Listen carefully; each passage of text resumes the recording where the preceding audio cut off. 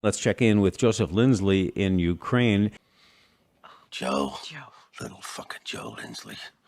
Joe Lindsley is quickly becoming an American treasure in broadcasting. Welcome to Ukraine Bank. The big story is the European Union agreeing to start membership talks with Ukraine. What does this mean for the country? Joseph, how do you see this? Hey, Bob. Good afternoon from Lviv. I think it means a lot less than it seems. The membership process is not only the announcement that was made yesterday, not only for Ukraine, but also for the nation of Georgia across the Black Sea, which also is, by the way, partially occupied by Russia since the 1990s, and the nation of Moldova, which, by the way, is also partially occupied by the Russians. So these Ukraine, Moldova, and Georgia share that in common. But it's sending a signal that Europe wants to embrace Ukraine, and I think so often in this coverage there's an imbalance. It looks like it's great for poor little Ukraine to be part of Europe, but if you look actually at what Ukraine is, it's the largest country totally within Europe. It has a lot to offer. Once there's peace here, and in many ways the society in Ukraine is much more stable and healthier than society, say, in Brussels and Paris and London, where there's lots of, frustration and upheaval. It sounds ironic, but there's the Ukrainian society. That's part of the reason why Ukraine has endured so strongly here. Is very healthy, and I think it's more sort of the elite people that care about these announcements from Europe. But what really matters would be the announcement that long-range weapons are coming to Ukraine, with permission to use them to hit bases in Russia. Because we can talk about these pie-in-the-sky things that, one day Ukraine can join Europe when Russia is defeated, when there's victory. And so I think a lot of this kind of conversation is skipping that crucial step. Meanwhile, thinking of like how these things impact regular people here, when you were talking yesterday, Bob, about some people saying, they're tired of hearing about Ukraine. And I think, if anyone who likes to watch a movie about good versus evil, to eat popcorn and watch a superhero movie, or really any movie about good versus evil, that is this battle every single day here. Mm-hmm. And it goes down to the level of individual people. And it really is a matter of willpower for everyone here. And collectively, if enough people have that willpower, it can work. And not just here, but beyond. And so just imagine yesterday, we've had several months without major Russian attacks. But everyone, sees the headlines and they see the weakness, for example, in Washington. And you can really feel that. And then in the past week, we've had several barrages of Russian missiles toward Kyiv. And then yesterday, throughout the entire country, we had 5 or 6 air raid alarms. And we had reports throughout the day that the Russians were launching these hypersonic missiles and ballistic missiles. Some of those missiles can hit anywhere in Ukraine within 2 to 3 minutes. So you don't have time. And we have these reports of the missiles incoming. Much of those reports turned out to be false. It was Russian electronic warfare. And really, if you look at what Russia was doing yesterday, probably they were testing the system, but they're also trying to break people psychologically. And you could really feel that effect. Just imagine you're in a Ukrainian city. You've already heard 4 air raid alarms throughout the day. You've seen all these reports. It's 7 o'clock at night, and then the alarm goes off again. And you just get this heaviness. Everyone gets this heaviness thinking, what are we in store for tonight? Will we be able to sleep tonight in peace? And it turns out it was a calm night throughout much of Ukraine. But this is the depths of the psychological warfare that Ukrainians have to experience every single day.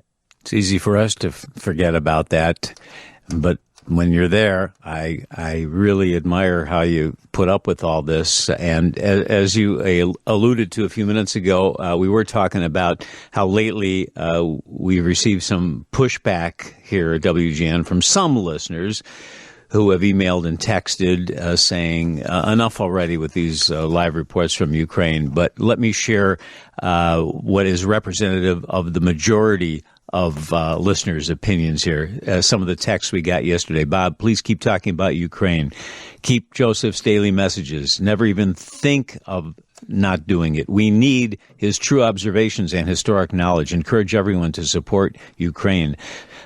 Seriously, I make sure my radio is on to 720 before Joseph Lindsley daily. Don't let the Putin communist supporting listeners discourage you from continuing the Joseph Lindsley reporting. Thank you for the reports. Yes, Bob, we are totally with you, Joseph, and so many others in praying for and supporting Ukraine and our precious freedom. Hold fast. So I just wanted to be sure you got those messages, Joseph. Well, thank you. And thank you to everyone for the support and for sticking with us. And, I think by looking at Ukraine every day, we have a window, not just to the human drama here, but to something extraordinary in the world, that battle between freedom and tyranny. And there was a leader of the Chechen people, which is Chechnya is controlled by Russia. And he was killed by the Russians, but in the 1990s. And he said, "Remember my words, Russia will disappear when the Ukrainian sun rises." And this guy's not Ukrainian, he's Chechen. And, when you hear that, you might think it sounds like, oh, this is something about nationalism. But really, it's not. It's about what the ideas that these two countries represent. Russia is the model of vertical control, of tyranny, of one person, one regime controlling the people. And Ukraine is a total opposite. It's this sense of horizontal freedom where everyone can have agency and participate in life in a good way. And that's really what this battle is about. And I think about 10 years ago from these months was Ukraine's revolution of dignity, when the people took to the streets protesting. And in fact, yesterday, Bob, there was a protest in Kyiv in the wartime. And because people were protesting the local government for spending money on public works when all the people want to do is to buy drones and things that the soldiers need. And this is in a healthy democracy. You have these debates. And the protest was not violent. It was peaceful. And I think back to when Maidan really began 10 years ago, there was an Afghan-Ukrainian journalist. He's an intellectual and a journalist. And he tweeted these words when the revolution was just beginning, when people were sort of saying, hey, we can change things. And the tweet was, grab your umbrella, your tea, your good vibes, and your friends, and come to the Maidan. Come to the public square. And, when we think of protests, we tend to think of violence, burning things down and looting stores. That does not happen here. There's even, when Ukrainians are united, they do this with a sense of joy. And that's how they're fighting this war. And this is the essence of, I think this is how you can, this is what enables you to keep going. Even with the psychological manipulations and the ballistic missiles coming your way, is to do all this with joy. And I was talking with one of our foreign supporters from Poland, Beata. She does a lot to organize things with the volunteers. And she was observing the foreigners who come to Ukraine. She says there's three different types of people. You always have the opportunistic people, the weasels seeking publicity and business. Most of those people have gone by now. But then you have those who come seeking redemption, purpose, some redemption in their life, which is very noble. And then the third thing, and this is what you see all over Ukraine, the people who show up to fix something. That's their mission in life, is to go around fixing things. They have these, she writes, they have gold hearts and pure spirits. These are the ones with a special spark in their eyes and the selfless will to make a difference, intuitively doing the right thing. And that's what this story, as I see it every day unfolding around us, that's what this story is about, not just for Ukraine, but throughout the whole world. One more quick thing before we let you go, Joe. I need to get your take on Putin and his, 4 hours long? He's answering questions yesterday, and he said there would only be peace when Russia achieves its goals in Ukraine. What was your assessment of all that? Well, and that's exactly this with that Chechen leader. This is the heart of that idea. Russia will disappear when the Ukrainian sun rises. And so Russia cannot exist as long as there is an idea of Ukraine. As long as there's an idea of that people can be free, that people can govern themselves, then that's a threat to not just to Russia, but to that whole mentality of tyranny and control. And that's why, when you look at everything Putin has said about Ukraine, he has this deep-seated, rabid hatred for this country. And he hates the language and the culture, but he hates that because all those are reflections of the freedom of the people here.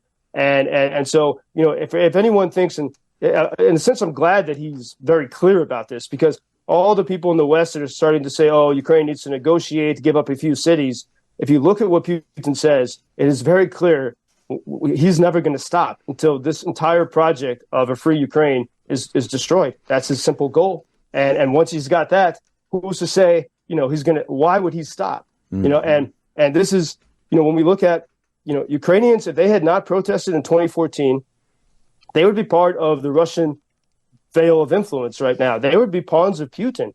Imagine the hell that Europe would be facing if Ukraine was controlled by Russia and the people were in the Russian army. That's terrifying.